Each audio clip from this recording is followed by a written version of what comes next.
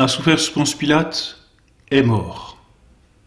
Notre Seigneur est véritablement mort sur la croix en poussant un grand cri.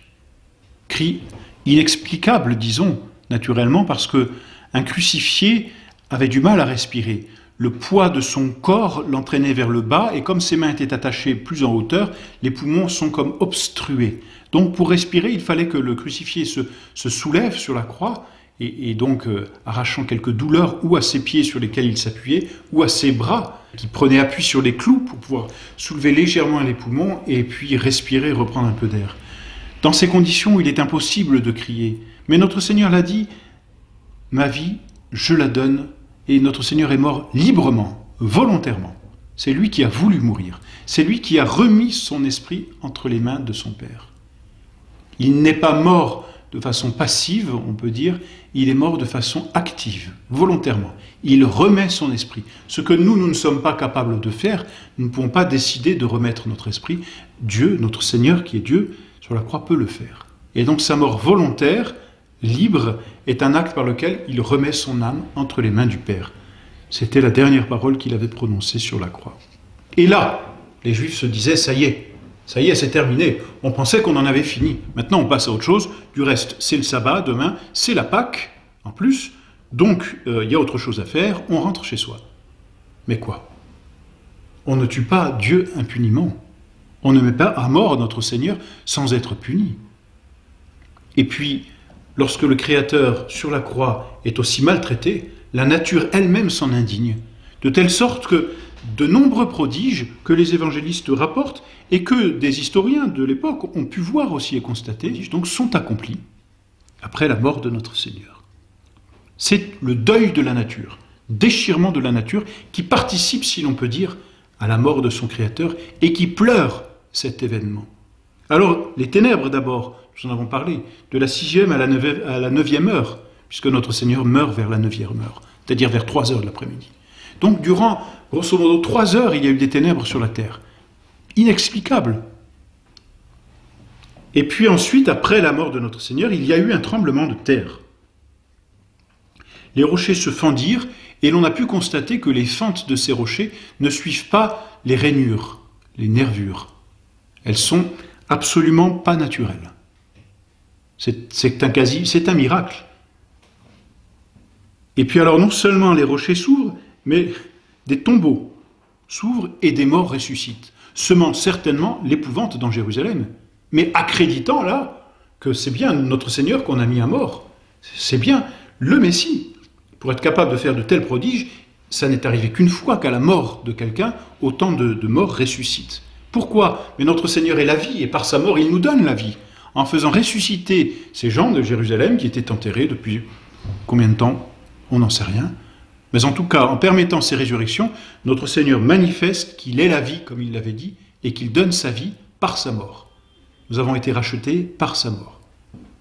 Alors, certainement aussi, ces morts qui ressuscitent sont venus témoigner de la divinité de notre Seigneur. Et ça, on ne pouvait pas y échapper. On avait beau dire non, c'est quelque chose de naturel, les morts ressuscités, ça n'est absolument pas naturel. C'est un témoignage de la divinité de notre Seigneur. Et puis au temple, imaginez au temple, on est en train de préparer les sacrifices, alors des sacrifices d'agneaux, sanglants bien sûr, et puis dans le temple, il y a cette partie qu'on appelle le Saint, et à l'intérieur du Saint, une deuxième partie qu'on appelle le Saint des Saints, qui était entièrement caché par un grand rideau, et seul le grand prêtre pouvait pénétrer dans le Saint des Saints une fois par an seulement. Et voilà que tandis qu'on est en train de faire les sacrifices dans le temple, et puis d'amener les agneaux, enfin bref, et il y a du monde, beaucoup de monde, voilà que le voile du temple, et ça c'est les évangélistes aussi qui le soulignent, le voile du temple se déchire en deux. Et il se déchire de haut en bas. Ce voile du temple qui se déchire, c'est la manifestation de la fin de l'Ancienne Alliance. L'Ancienne Alliance est morte, et elle deviendra mortifère. L'Ancienne Alliance ne vaut plus. Les sacrifices des animaux ne valent plus. Le sacrifice par excellence a été réalisé, et il n'y a plus que ce sacrifice qui vale quelque chose, c'est le sacrifice de notre Seigneur sur la croix. Et cela, les prêtres ont vu ce voile déchiré en deux. Et comme ça n'était pas une affaire humaine, ni naturelle, ils auraient dû comprendre, là encore, la volonté de Dieu, puisque le Saint des Saints, c'était l'endroit où Dieu habitait. En déchirant ce voile, Dieu manifestait très clairement qu'il n'habitait plus dans ce temple. C'est terminé. L'ancienne alliance, l'Ancien Testament est révolu par la mort de notre Seigneur. Les sacrifices de l'Ancien Testament étaient des figures du sacrifice de notre Seigneur. Maintenant que la réalité a eu lieu, les figures disparaissent. Le voile est déchiré.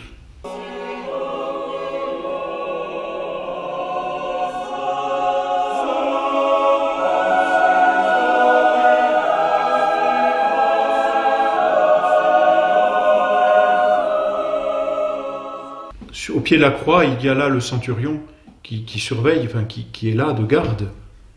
Et lui voit notre Seigneur expirer en poussant un grand cri et fait un acte de foi. Vraiment, cet homme était le Fils de Dieu. Ce centurion est probablement la première personne à se convertir qui ne soit pas juive, manifestant là encore l'universalité du salut, accordé à tous les hommes. Vraiment, cet homme était le Fils de Dieu. Et puis, non seulement ce centurion, mais les témoins, disent les évangélistes, les témoins de la crucifixion et de tous ces prodiges inouïs, repartent chez eux en se frappant la poitrine, probablement de contrition, de regret de leur péché. Et puis, on peut très bien imaginer aussi, dans l'enfer, dans les enfers, on peut imaginer le cri de Satan qui s'aperçoit qu'il est vaincu là où même il pensait avoir vaincu. Là où Satan pensait être victorieux en mettant cet homme à mort et en attirant la malédiction divine, parce que mourir sur la croix, c'était attirer la malédiction de Dieu, Satan finalement n'a fait que réaliser le plan de Dieu sans le vouloir. Et donc, il est contre lui, malgré lui, et même utilisé pour être vaincu. C'est terrible, parce que Satan s'aperçoit à ce moment-là qu'il a été roulé. Il a perdu. Et notre Seigneur l'a dit, j'ai vaincu. Alors on peut bien penser qu'il y a eu un cri et puis quelque chose d'effroyable qui a dû se passer en enfer.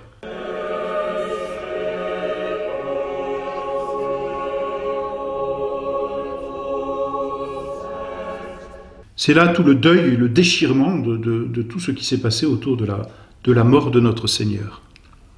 Alors ensuite, il fallait enlever les corps. Les corps ne devaient pas rester sur la croix pour le sabbat. Donc il fallait les enlever avant la tombée du soir, avant le coucher, c'est ça. Et donc, que font les princes? Eh bien, les princes vont demander à Pilate d'en terminer. Il faut en finir. Alors, pas de problème, Pilate veut bien. Il envoie les soldats, alors des soldats partent avec d'énormes massues. Et qu'est-ce que l'on fait dans ces cas-là? Eh bien, on brise les jambes des condamnés. La massue, et un homme arrive à la hauteur justement des jambes du crucifié. Donc avec ces massues, on brise les jambes et les os de telle sorte que le crucifié meurt par asphyxion. Il ne peut plus se relever, donc ses poumons sont oppressés, il ne peut plus respirer et il meurt asphyxié, étouffé. Alors les soldats s'approchent des trois croix, notre Seigneur entouré des deux larrons, et puis ils font le premier larron, ils lui brisent les jambes, comme disent les Écritures, il lui brise les jambes, il s'approche du deuxième larron, il lui brise aussi les jambes, et là, s'approchant de notre Seigneur, ils s'aperçoivent qu'il est déjà mort. La tête est inclinée, il est rigide. Alors notre Seigneur, déjà mort, il était inutile de lui briser les jambes. Alors un soldat, s'approchant du corps, prend sa lance et transperce le côté de notre Seigneur, en diagonale, n'est-ce pas, par le côté, il atteint le cœur, sous les côtes, passant sous les côtes, il atteint le cœur de notre Seigneur. Et Saint Jean, qui est encore là, au pied de la croix, lui voit le fait, l'atteste, il le dit, qu'il l'atteste. Et puis en même temps, Saint Jean voit de ce côté transpercé couler du sang et de l'eau. Et Saint Jean rend témoignage. D'abord, le témoignage, c'est que il était prophétisé qu'aucun de ses os ne serait brisé, et notre Seigneur n'a pas reçu ses coups de massue, il était déjà mort, et la lance n'a brisé aucun os. Et puis ensuite, le sang, ici, est le symbole de l'Eucharistie, qui vient vivifier nos âmes, Et puis l'eau est le symbole du baptême qui vient régénérer nos âmes et leur donner la vie surnaturelle. Et tout cela s'obtient par la croix de notre Seigneur. C'est de la croix, et l'on peut dire du cœur transpercé de notre Seigneur, que naît l'Église.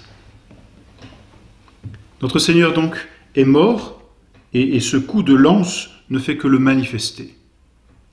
Puisqu'il est mort donc, on va enlever, descendre notre Seigneur de la croix, on le détache, et puis on va l'enterrer. Comme cela se faisait, on enterrait les suppliciés avec leurs instruments, c'est-à-dire avec les clous, et probablement tout ce qui avait servi à les crucifier. Alors deux hommes s'approchent, l'un c'est Joseph d'Arimathie, un noble, qui lui va même demander à Pilate le corps, et Pilate s'étonne de ce que notre Seigneur est déjà mort. Il demande confirmation auprès d'un soldat qui lui dit oui, il est mort. Alors Pilate permet à Joseph d'Arimathie de prendre le corps. Et puis Nicodème, qui est aussi un docteur de la loi et qui siégeait parmi le conseil, eh bien Nicodème, qui est d'ailleurs celui qui avait consulté notre Seigneur en pleine nuit, Nicodème s'approche aussi. Et puis vont détacher tous les deux, certainement aidés de Saint Jean, vont détacher notre Seigneur. Et Nicodème apporte, en allant vers la croix, il apporte les arômes. On va embaumer très rapidement notre Seigneur. Il a eu le temps d'acheter les arômes et certainement un linceul pour enterrer dignement, comme cela se faisait notre Seigneur. Alors voilà, on détache le corps de la croix et là on le remet certainement, puisqu'on vénère la Très Sainte Vierge dans cette station du chemin de croix et tout l'art chrétien n'a cessé de représenter cette image, enfin plus que cette image, cette station de Notre-Dame portant notre Seigneur exsangue dans ses bras, la Pietà. 33 ans auparavant, elle l'avait porté dans ses bras, enfant, admirable, tout beau. C'était son fils, son petit bébé, et en même temps son Dieu. Maintenant, c'est toujours son fils, c'est toujours son Dieu, et c'est le Rédempteur du genre humain. Et la Très Sainte Vierge donc porte dans ses bras le corps de son divin Fils. Mais voilà, on ne peut pas s'attarder, il faut l'enterrer avant que la nuit ne tombe. Il y a là un jardin à proximité, et donc dans ce jardin, il y a une grotte, et cette grotte a été achetée par Joseph d'Arimathie pour lui-même. Il l'avait acheté pour lui, pour son propre ensevelissement. Eh bien, Joseph d'Arimathie se dit, bien, je le donne pour notre Seigneur. Alors, on emmène le corps de notre Seigneur jusqu'à la grotte. Là, on dépose sur la petite plateforme, on dépose le linceul. Sur le linceul, on met le corps de notre Seigneur, qu'on a aromatisé très rapidement. Et puis ensuite, on referme par la tête le linceul sur le corps de notre Seigneur. Puis on met différentes bandelettes. Et puis on ferme ensuite le tombeau, c'est-à-dire qu'on roule une pierre devant le tombeau. Il y a là quelqu'un qui a tout observé, c'est Marie-Madeleine. Sainte Marie-Madeleine, une de ces pieuses femmes, la sainte femme à qui notre Seigneur a remis les péchés, est là, au pied de la croix, elle était là, elle a continué de suivre tout ce qui se passait, et elle repère les lieux. Alors le sépulcre est juste à côté du Golgotha, ça n'est pas difficile, c'est un jardin, mais Sainte Marie-Madeleine repère tout parce que on a été vite, on n'a pas suffisamment embaumé notre Seigneur, donc il faudra revenir après ces jours, après les jours du sabbat et de la Pâque, on devra revenir pour finir l'embaumement. Alors Sainte Marie-Madeleine est là. Elle regarde tout, elle observe, elle voit l'endroit, elle sait où est la pierre, elle sait où est notre Seigneur. Elle regarde, elle observe, et puis quand la pierre est roulée, eh bien on repart, tout triste. La tragédie est terminée. Notre Seigneur est mort, notre Seigneur est enseveli. C'est terminé. Ce qui est tout fait incroyable, c'est que pour les Juifs, ça aurait dû être aussi terminé, eux avec joie. Là où les apôtres sont tristes, légitimement, les Juifs auraient dû se réjouir.